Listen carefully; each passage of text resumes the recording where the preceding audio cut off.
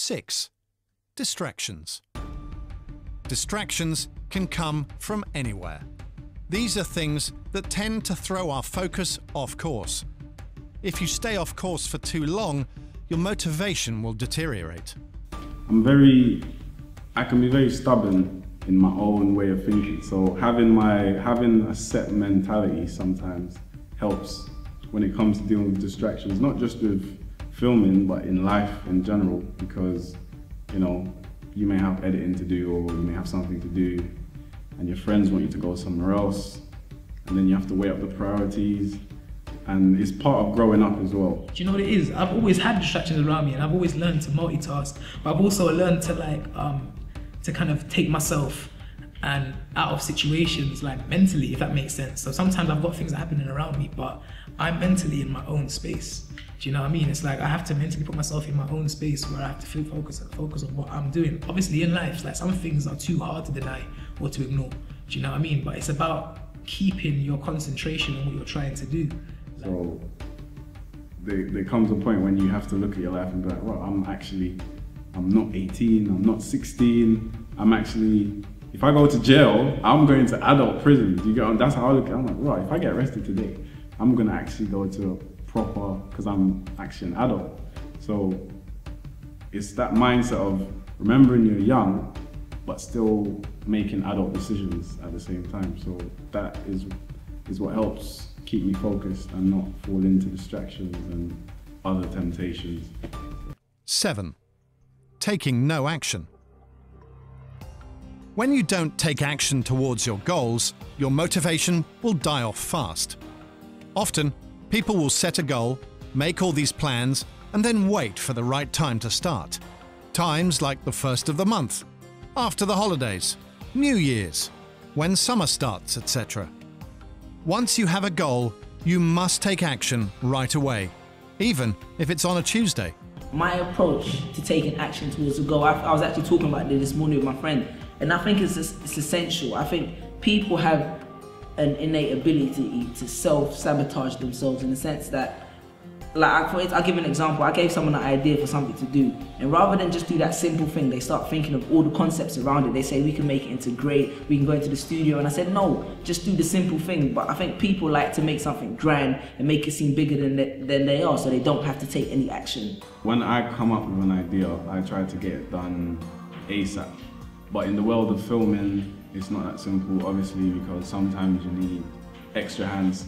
You may need someone to hold the light, you may need someone to, you know, just run around doing something for you. So, you know what I mean? And action is key, because what happens is that you may take one action and it may not be the action that's going to build your career. It may not even make you successful, but that action is going to lead to another action that you can develop on, you know what I mean? When I think of an idea, the first thing I do, I write it down, and I then start figuring out what is the quickest way of getting it done. And then I think of what's the best way of getting it done.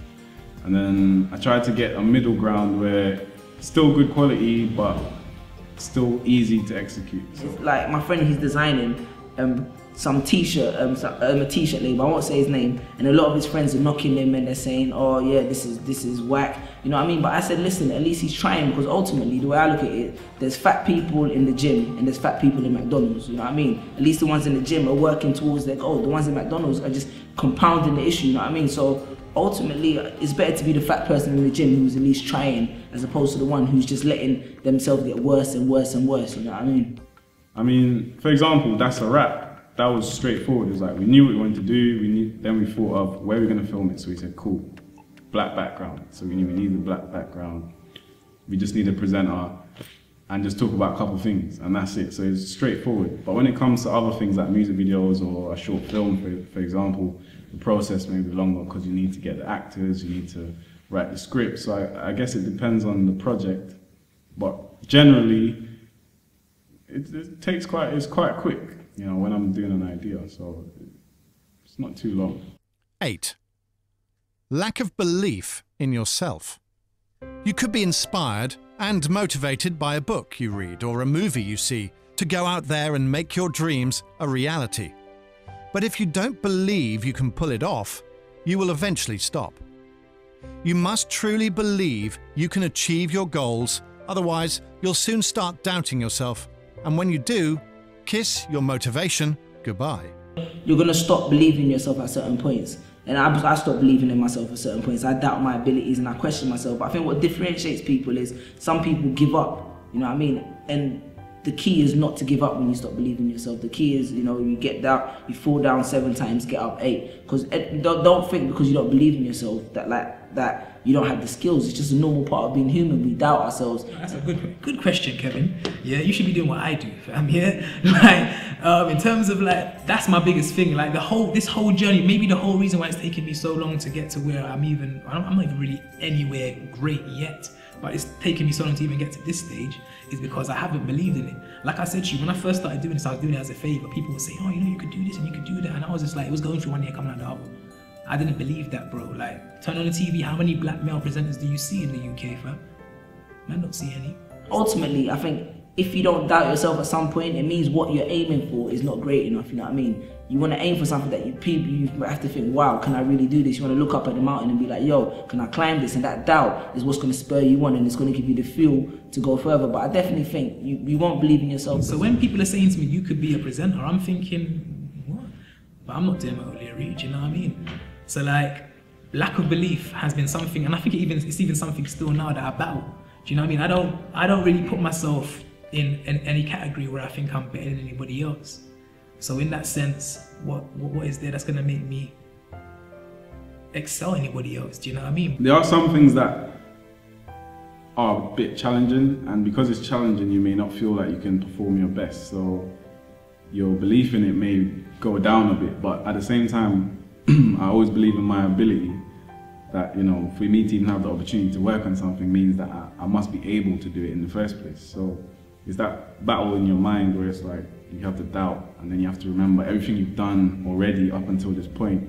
It didn't just happen for no reason. You must be able to do it. So it's about overcoming that fear and that doubt and just pushing through, because if you listen to the voice of negativity in your head, it's gonna affect your performance in whatever you're doing. But you do need to find that stage. And I think I'm starting to find it now where you actually believe, you know what, I'm doing something and I'm doing it well, and there's a reason why people are responding positively to it. I'm not saying that other people's opinions is what validates you as a person or as a professional, but you need to find a stage where you say, you know what, look, I'm doing this. Watch yourself, and even look over the things that you've accomplished. Like, even the other day I was thinking about someone that I haven't seen in years from like when I was school, because like Facebook allows people to kind of be in your life but not be in your life, and they've watched kind of what's happened and what I've been doing over the years, and they were like, Ray, I remember you doing that and this, and I don't think about it. I'm like, do you know what? Oh yeah, I forgot I did that. I did that. Sometimes you got to take time to say, do you know what, congratulations to myself, not in a big headed way, but just say, do you know what, I've actually come on a journey and I've accomplished things. And then that helps you to kind of even gain that better self-belief in yourself. I was cleaner for a year, you know what I mean? And when you're cleaning toilets and you're trying to be an artist at the same time, like, it's hard to believe in yourself, you know what I mean? You're cleaning toilets, they're telling, my manager once made me pick up shit off the someone's shit. Who shits in the shower? Like, someone's shit in the shower of the gym, you know what I mean? Like, full shit, and I had to pick that up. When you're doing that, you're thinking to yourself, like, what am I worth? You know what I mean? Your self-worth, your self-respect just goes down to the bottom, and then at the same time, you're supposed to be an artist, which is a projection of confidence, you know what I mean? So the juxtaposition between the two is immense. So at that time, I didn't believe in myself, but like I said, I had some people who, and I'll be honest, there were days when I was, you know, I'd come home, I'd be upset, you know what I mean? I'd break down because you're thinking, is this what I'm worth? Like, you know? But ultimately, I have had those times, and you just can't give up. 9. Boredom. There will be goals that require you to take repetitive actions that may slowly kill off your motivation. If you find running to be extremely uninteresting to you and your goal is to lose weight, that's a formula for failure. Change up your strategy if necessary, and where possible, hire someone else to do certain mundane tasks for you. The worst type of boredom is when you're working on a video and you're editing it and you do not like the song. Like, anyone that shoots me, anyone that's done that can relate 100%. It literally feels like part of your soul is getting sucked out of you. So in terms of boredom, that's like That's like the ultimate time I get bored. I do get bored. It's up to me. I've got to make a change. Like, if I'm getting bored in what I'm doing, it's because I'm doing the same thing. I've got to make a change. Like, I do interviews. Sometimes I feel they're samey. Do you know what I mean? Like, sometimes they're a bit too like the same. But then what I do, I think about how can I make this different? How can I incorporate things into it? I think one thing about me as an interviewer is that I don't like to do generic interviews. I like to create concepts and games and questions, usually around something to do with the person, so it makes sense, and kind of have fun with it. Do you know what I mean? I get bored with things that I love. I think as humans, we're in a constant process of evolution. Like, we need to keep on changing and adapting, you know. Like, if you stay the same, that's how things die out. It's the process of evolution. I'm not an advocate of Charles Darwin or anything, but it's just, it's kind of common sense that if you don't evolve as a person, you get bored. But on the other hand, when it's something that I really like, it's like the gas is there. Like, you wouldn't want to leave. Like, time goes by and you forget what you just forget because you like it so much. So yeah, I try not to do projects that I know I'm gonna suffer for in the end. But it took a lot of experience and mistakes to understand that if I'm not gonna enjoy the edit, not necessarily the filming, the edit, then I'd rather not, because it will make me bored. I will end up procrastinating, taking forever to get it done. I think it's good, like I was saying, it's good to understand where your strengths lie and where other people's strengths, because some people don't get bored. You know, there's some people who are process managers and there's some people who are project managers. Some people like to think of something once and pass it on. Some people like to think, to get an idea and keep on repeating it, you know what I mean? That's why some people can work certain jobs and just, you know, I used to work in Sainsbury's and some people just be doing the checkout all day for 20 years. I did it for 2 hours and I'll go crazy, you know what I mean? And I think when you get bored, I think it's because you're not pushing yourself, you're not challenging yourself. Like, I got bored of writing spoken word a bit. Like, I said, you know what, let me do a little bit of rapping, you know what I mean? Because you have to challenge yourself, you know what I mean? You know what I'm saying? You know, I'm not saying I'm the best rapper, but I've got a few hot 16s in there, you know what I'm saying? But yeah, ultimately, I think you have to keep on challenging yourself, not for that boredom. As soon as I get bored of something, I'd be like, what else can I do to enhance or build around what I'm trying to do? I'm not saying go and do something completely different, but you always need to be refreshing your mind so you're pushing to new limits. 10. Lack of support. Often, when we feel like no one is behind us during the tough times, our motivation will fade. Having people who will encourage you is a great motivation booster. They can also help increase your belief in yourself. But it's good to have people around you who support you as well, because sometimes you need that encouragement from someone else, that external source or someone just to give you that boost, because we can't always pick ourselves up. One way that a lot of people fail is they keep on trying, and then they don't want to, like, they'll close everybody out. And I've been in that situation, but sometimes you do need that help. Like, you can't always be Superman. By becoming aware of these 10 things that kill motivation, you can better prepare yourself to deal with these ahead of time, or when they occur, in order to keep your motivation alive. Being able to keep your motivation up will eventually lead to achieving your goals.